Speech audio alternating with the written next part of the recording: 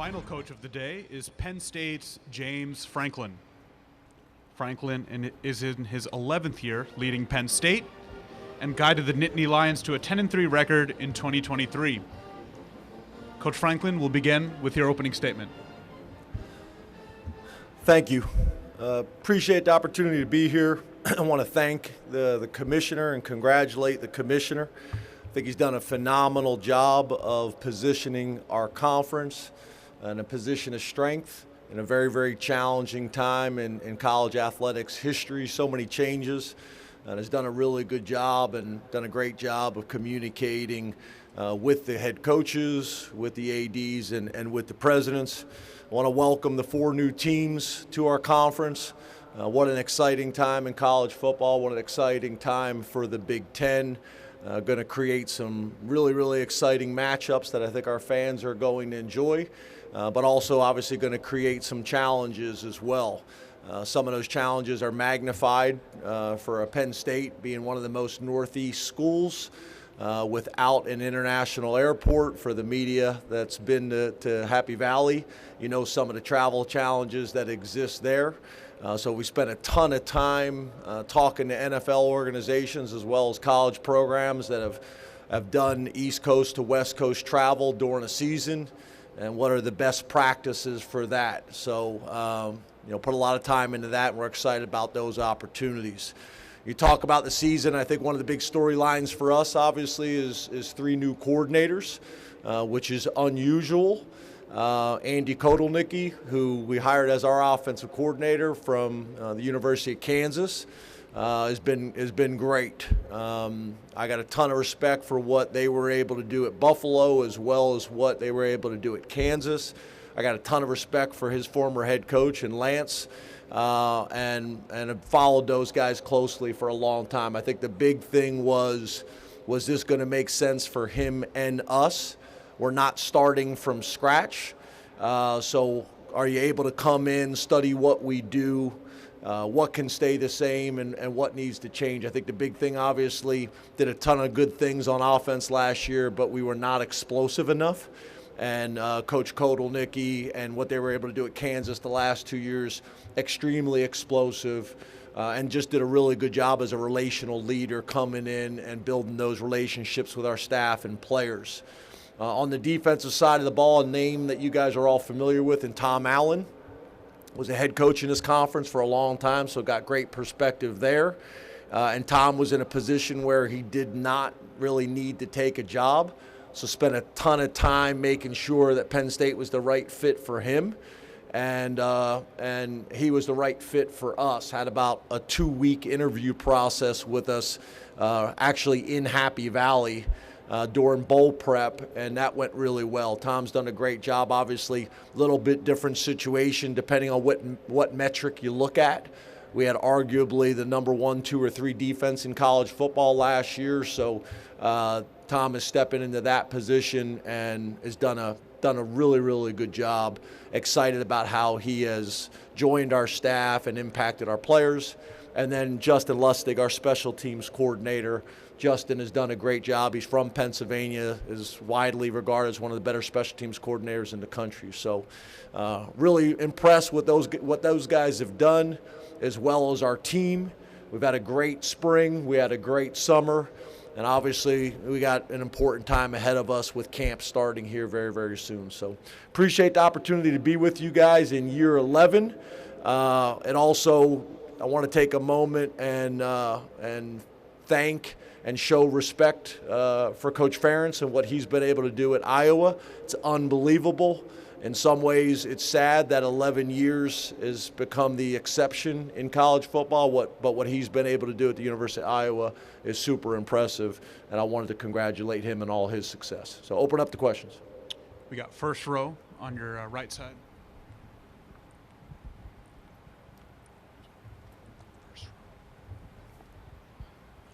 Kenneth Berry, Touchdowns and Tangents. Hey, Kenneth. How's it going? Good morning. Coach, in all your years, you look back at, the Vanderbilt year where you guys had a record-breaking season. You look at the year you made it to the Rose Bowl, with Saquon and everything. How close do you feel like this team is, and how much do you feel like they mirror the character and the identity of those teams. And this being your 11th year in the conference, how good does it feel seeing the influx of African-American head coaches, not only just getting jobs across the landscape, but the Big Ten pretty much leading all of the conferences with the number of African-American head coaches that are currently present? Yeah, I'll answer the second part first. I love the fact that the Big Ten is one of the leaders in this space. I think that sends a very, very clear and loud message that people are going to be judged by their work and their production. And I think the Big Ten is a great example of that. Obviously, something that myself and Mike Loxley and a lot of the guys take a ton of pride in and have done a ton of work on as well. And hopefully that becomes more of the trend across college football as well as the NFL. Just spent some time the other day with Raheem Morris, who's one of my best friends. He was the defensive coordinator at Kansas State when I was the offensive coordinator, and is now the head coach of the Atlanta Falcons, getting a second chance, which is also not common. So I think that's powerful. And then, about our team and maybe some of the similarities to some of the teams that we had at Vanderbilt and over our time at Penn State as well. I think it starts with the three gentlemen that we brought with us, to this event. Guys that are experienced guys that have had a ton of success on the football field. They've handled themselves the right way academically on and off the field, and have won a ton of games. They're guys that embrace that we're at a place like Penn State where we've been able to consistently, for the most part, win 10 or 11 games, but that's not the expectation at Penn State. They chose Penn State, just like I chose Penn State, to compete for championships, and we embrace that. But we are one of the few programs in the country you can win 10 or 11 games and people are unhappy. So we embrace that. We're excited about those opportunities, and it starts for us at West Virginia in Morgantown, which is going to be a challenging opening game. First row here. Good morning, Coach. Nick Hamilton, Nightcast Media. Hey, Nick. How you doing? Good. Wanted to ask you about Abdul Carter, him changing positions from linebacker to defensive end. How much do you feel like that will strengthen your defense this season? And also, how does that placate as far as throughout the locker room, as far as taking that type of role, being a leader in the locker room? Yeah, so I think first thing is he'll play both. We have the flexibility to play him at both positions. He's one of the unique athletes that was playing linebacker at 250 pounds. And you never know how that transition is going to go, playing in space at the linebacker position compared to moving up, to the line of scrimmage and having to go against offensive tackles. He made the adjustment, pretty quickly. And at the end of the day, you're talking about one of the more explosive physical athletes in all of college football. So we think he's got a chance to make a significant impact. Week to week, we'll decide where he's going to have the most impact for us, whether it's on the line of scrimmage at defensive end or in the linebacker position this spring.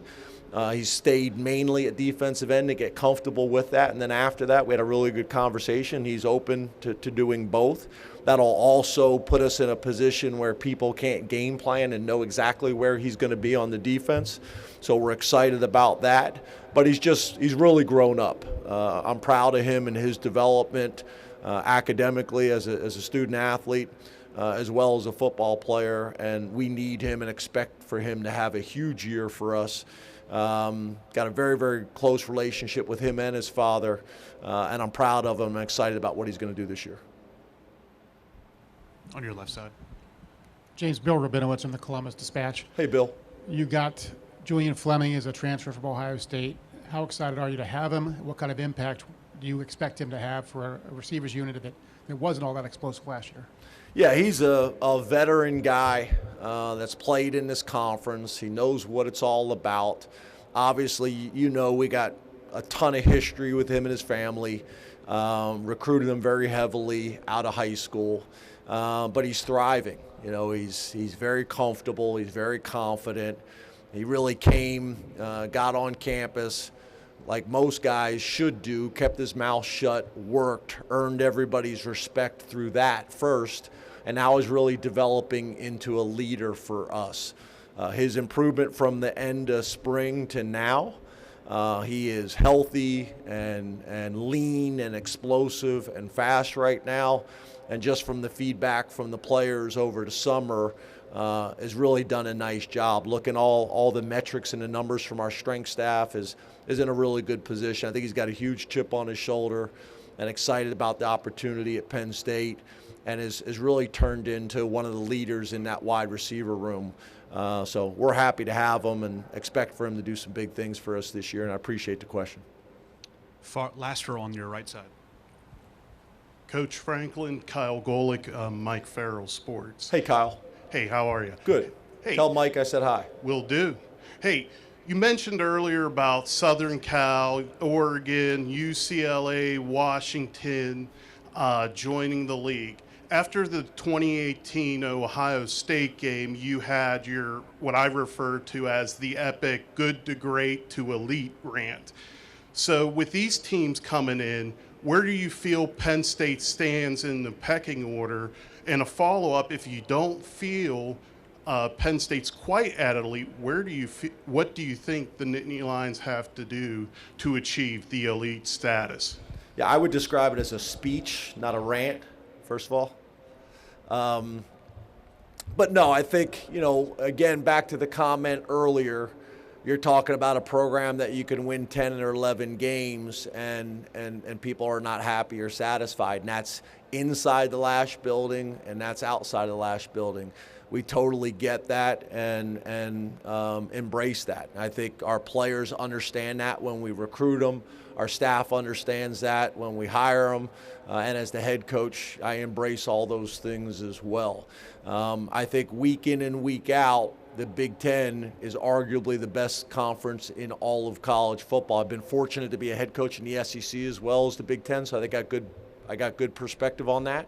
And then, like you mentioned, adding the 4 new schools makes it even more challenging. So we'll have an opportunity to figure that out real quick, starting at West Virginia. We're fortunate to play most of those teams that we discussed. We want to play those teams that you discussed, both that have been in the conference historically as well as that have been added. For us, we got to play our best when our best is needed most, in the biggest games, at the biggest moments. And I think if you look at us, specifically last year, did some phenomenal things. That's the step that we need to take, and having a returning starting quarterback obviously helps with that. We're a quarterback-driven game, whether it's in the NFL, college, or high school, and having a returning quarterback at that position that did some phenomenal things. I think he was second in touchdown to interception ratio. I think he broke the national record in completions without an interception. So did some phenomenal things, and we got to build on that. And then I think the pieces of the puzzle around him, tight end, running back, and then receivers, been the big question mark really since last year. We got a ton of confidence in that room. Those guys got a huge chip on their shoulder. Back to the question earlier about the addition of Julian Fleming as well as the guys in that room. They've had a great summer, and we got a ton of confidence of what they're going to do this year. We're going to have to play well early on, build confidence, and carry that confidence throughout the season. Coach Franklin, thank you so much for your time. Thank you, sir.